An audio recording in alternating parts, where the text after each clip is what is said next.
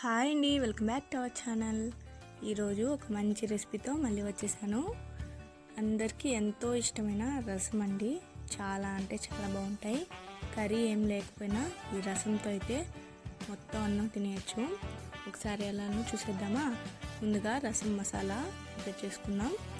Cooker గిన్నె తీసుకొని అందులోకి 2 స్పూన్స్ జీలకర్ర, 1.5 స్పూను ధనియాలు, 2 ఎండుమిరపకాయలు, ఒక 5 నుంచి 4 వరకు తెల్ల ఎల్లుగడ్డ రెబ్బలు, తర్వాత కొద్దిగా మిరియాలు వేసి గ్రైండ్ చేసుకొని పక్కన పెట్టుకోవాలి.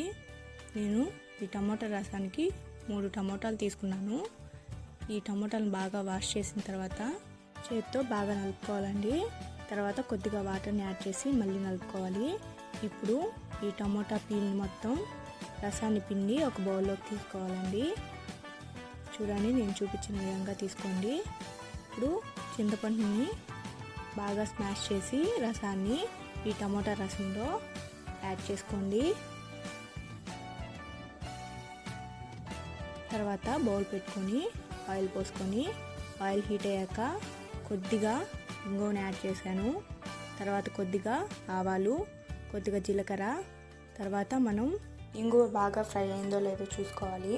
తర్వాత మనం పక్కన పెట్టుకున్న టమోటా పీల్ని యాడ్ చేసి కొద్దిగా సాల్టు, కొద్దిగా పసుపు వేసి బాగా ఫ్రై చేసుకోవాలి. బాగా ఫ్రై చేసుకున్న తర్వాత ఈలోపు మనం మసాలాని గ్రైండ్ చేసి పక్కన పెట్టుకోవాలి. ఇప్పుడు టమాటాలు బాగా కుక్ అయిపోయాయి. ఇందులోకి కరివేపాకుని యాడ్ చేసి బాగా ఫ్రై చేసుకోవాలి. తర్వాత మనం గ్రైండ్ చేసి పక్కన పెట్టుకున్న రసం మసాలాని యాడ్ చేసి బాగా ఫ్రై చేసుకోండి. తర్వాత మనం పక్కన పెట్టుకున్న టమోటా రసం మరియు చింతపండు రసాన్ని యాడ్ చేయండి. యాడ్ చేసి బాగా కుక్ అవనివ్వండి. తర్వాత కొద్దిగా వాటర్ని యాడ్ చేశాను.